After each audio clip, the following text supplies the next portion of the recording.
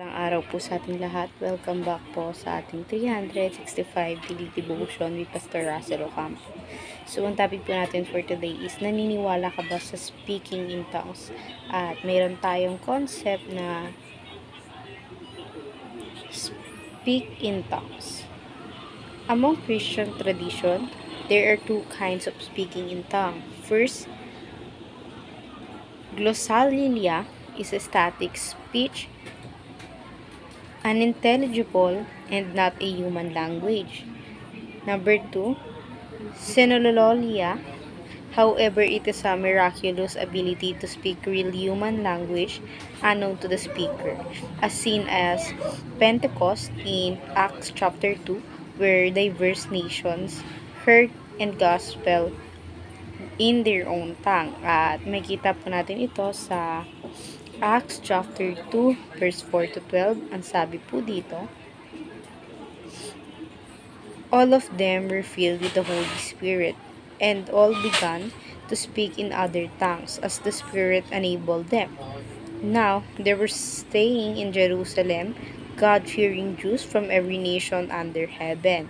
When they heard this sound, a crowd coming together in bewilderment, because each one heard their own language being spoken. Utterly amazed, they asked, aren't all these who are speaking Galilees? Then no, it is that.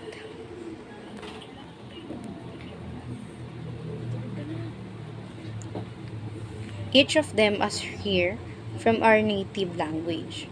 Parthian, Medes, and Elamites, residents of Mesopotamia, Judea and Cappadocia, Pontus, Asia, Phrygia, and Pamphylia, Egypt, and parts of Libya near Cyrene. Visitor from Rome, both Jew and converts to Judaism.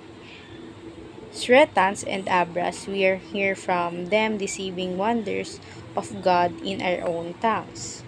At ngayon naman po, share ko po yung mga natutunan ko sa naging topic po natin for today. Sisimulan po natin sa teaching na speak in tongues. First teaching po natin, it is an intelligible human language. So, yung pagkikipag-speak in tongues pala ng mga tao is intelligible pala siya as a human language.